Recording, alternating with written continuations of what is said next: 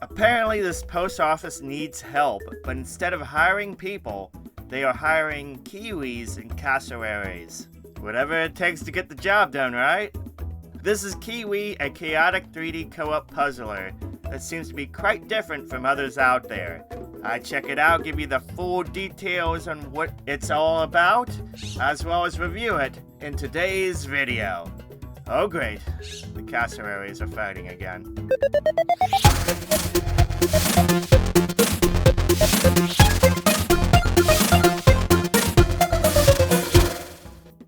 In KeyWe, you play as Jeff and Deborah, two KeyWe birds that are hired by the telepost office to sort mail, handle packages, and more, while overcoming hazards such as pesky mailflies and keeping the cassowaries in check. To do so, there's basically 4 or so types of levels, such as one involving typing on a keyboard to decode and deliver messages, or preparing packages to be sent out for delivery. Each process involves many steps to complete, and as you go through the in-game months, you'll encounter some variations, such as one being taken over by mailflies that keep stealing your stickers, or the mailroom being filled with sand after a sandstorm. It's chaotic, and what really makes it chaotic is you have no hands. So you have to butt bounce and use your beak and chirp to complete tasks. Also to mention that this post office isn't even normal. I mean, yeah, it's not normal because we're using KeyWes to deliver the mail, but what I mean is like the keys for the keyboard are placed everywhere on a messy desk. Well, the sorting room, it's run by an octopus. And the aforementioned cassowaries, well, they actually deliver the mail. You gotta keep them in check. This game is nuts. As you complete tasks, you'll be paid in stamps, which you can trade in for costumes and colors and even more ways to customize your KeyWe birds. Some really interesting options here. There's also chances to earn more stamps through overtime shifts that are exclusive game modes that kind of operate as mini games. The game is a co-op puzzler and thankfully features both local and online multiplayer, where you can play the whole game together with another person. You can also play the game solo via 2 control methods, one that involves switching manually between the 2 birds, and the other that has you using both Joy-Cons, one for each bird. For this review, I primarily have played the game solo, and both control methods work, but neither is ideal as having another player. The game touts itself as a co-op puzzler, so it's understandable. It's a multiplayer game first, solo game second. The game has a lot of charm, but has a few hiccups. Each job requires many steps, and at its basic core, they all operate fine enough.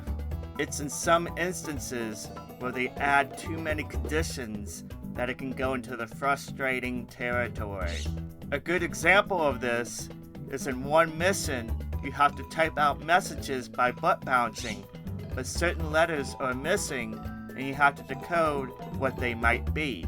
But then those missing letters are also replaced by symbols that you have to decode. On top of that, certain letters are rearranged too, so you have to decode that as well. It's just too many conditions that the player has to keep track of or manage, and then at times it'll just have you pulling your hair out. When the game keeps it a bit more simplified, it's great, but you're going to encounter some missions season to season that you will just regret playing. It's a shame. It didn't stop me from continuing on playing the game, but I definitely won't be going back to some of these more grueling missions, like the one I mentioned earlier, anytime soon. Another hiccup I had is for solo, the goal times for gold are darn near impossible to reach. The game is much easier to play in multiplayer, and trying to do these solo takes longer.